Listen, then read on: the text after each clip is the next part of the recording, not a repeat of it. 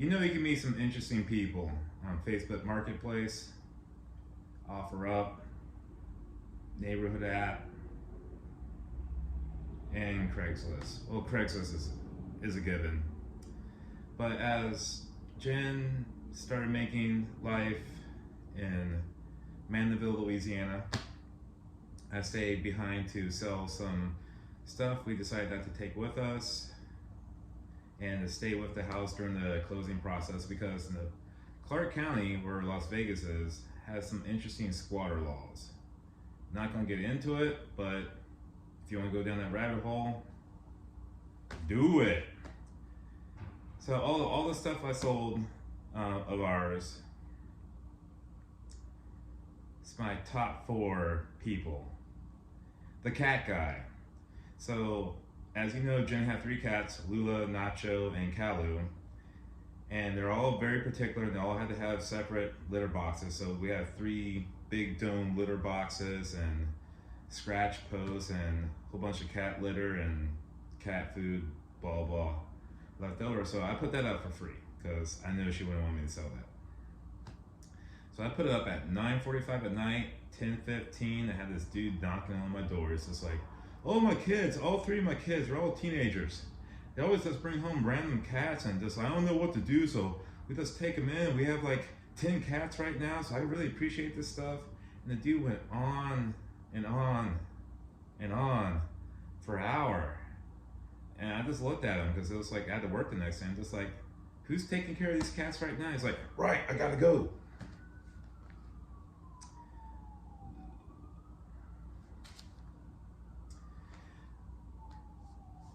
Then Jen, when she first moved into the house, I think 14 or 15 years, she lived there. I forgot what outdoor furniture she had, but like I looked at the new ones and they were like not super expensive, but way more than what I would pay. So I put them out there for a decent price and no one's taking. So like I cut the price down because it was getting close to the time of the house closing. And this couple from North Las Vegas hit me up, which was, they live from door to door. It was about 22 miles. And just like corresponding texting, it's like, are you sure they look exactly how they do? I'm like, they do. Just come pay me and come pick it up before I sell it to someone else. So these people drive like an hour. They get to me and the wife gets out of the truck and she looks at it. She's like, I don't know, baby. These cushions have to get replaced. I'm like, not my pig, not my farm. You let me know if you want them.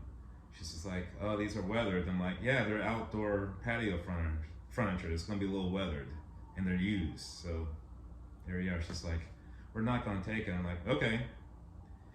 And I went back to working out and they literally sat in their truck in front of our driveway for 10 minutes, then got out. She's just like, I'll offer you like this much, which was like 25% less. I'm like, no. Because you know, like if you drive an hour for something, are you really trying to, you know, talk me down $20, which is not even pay for gas in their lifted Tundra? So they sat in the car again, then like 20 minutes later, she's like, all right, final offer. I'm just like, no. We agreed on a price. I have it. It's functional, looks good. If you want to buy new cushions, do it yourself. I know you're just going to probably paint it and resell it, so what are you doing?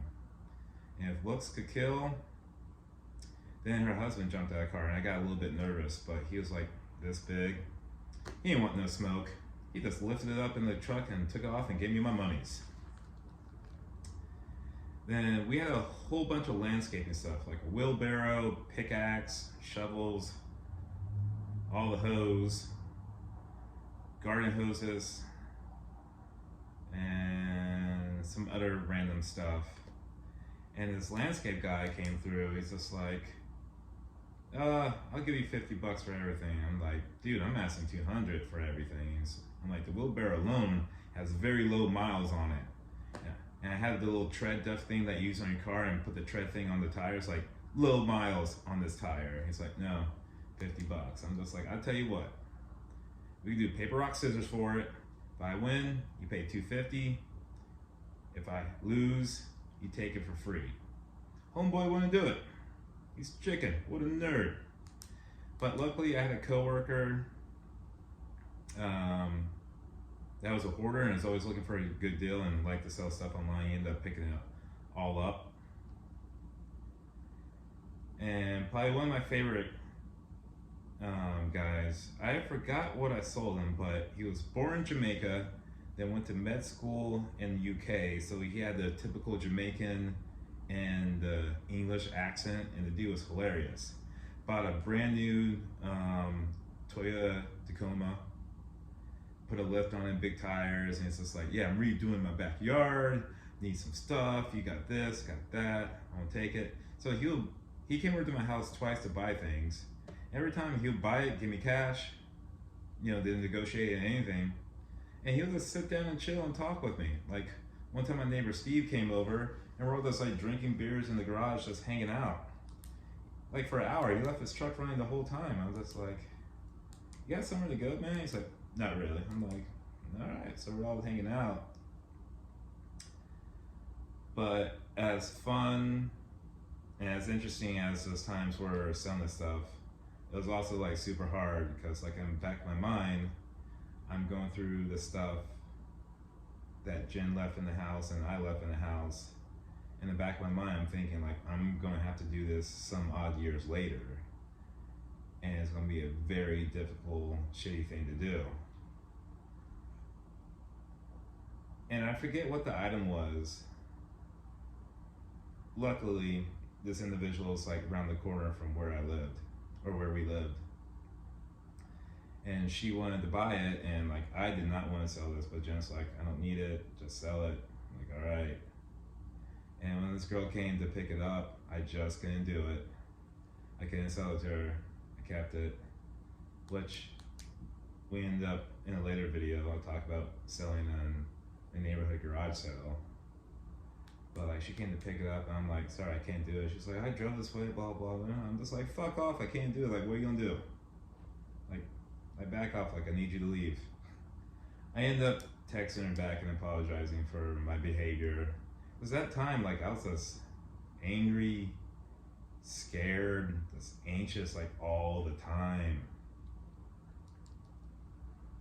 It's hard to think back to being like that.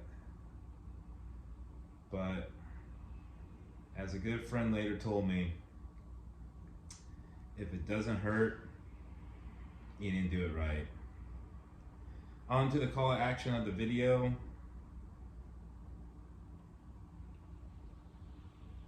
If you come across someone, maybe a coworker or someone you don't know well, maybe a complete stranger, and to you it seems like a tiny infraction, like what's the big deal, and they pop their head off, like go crazy about it. I'm not talking about like a stupid Karen or anything like in Starbucks. Well, maybe, who knows? But there's a good chance something significant is happening in their life that they don't feel like they have control of. So maybe instead of matching their energy or trying to overthrow them, just ask them what's wrong, what's going on, because I'm pretty damn sure if that girl would like put her hand on her hip like all sassy, like, what's wrong with you? I'm like, ugh, here you go. I'm gonna tell you everything, because I probably really needed that at the time. And funny Jen's story of the video. When I got really back into the skateboarding, I would pop on YouTube videos to, learn how to do a trick better, or just watch a skate video just to decompress. And Jen was sitting with me, and she started looking up how much like some of the professional skateboarders make. You know what? I got a video of it. I'll put it right here. Bam Margera's worth $45 million. Rob Dyrdek's worth $50 million. Tony Hawk's worth $120 million. Get outside, go skate.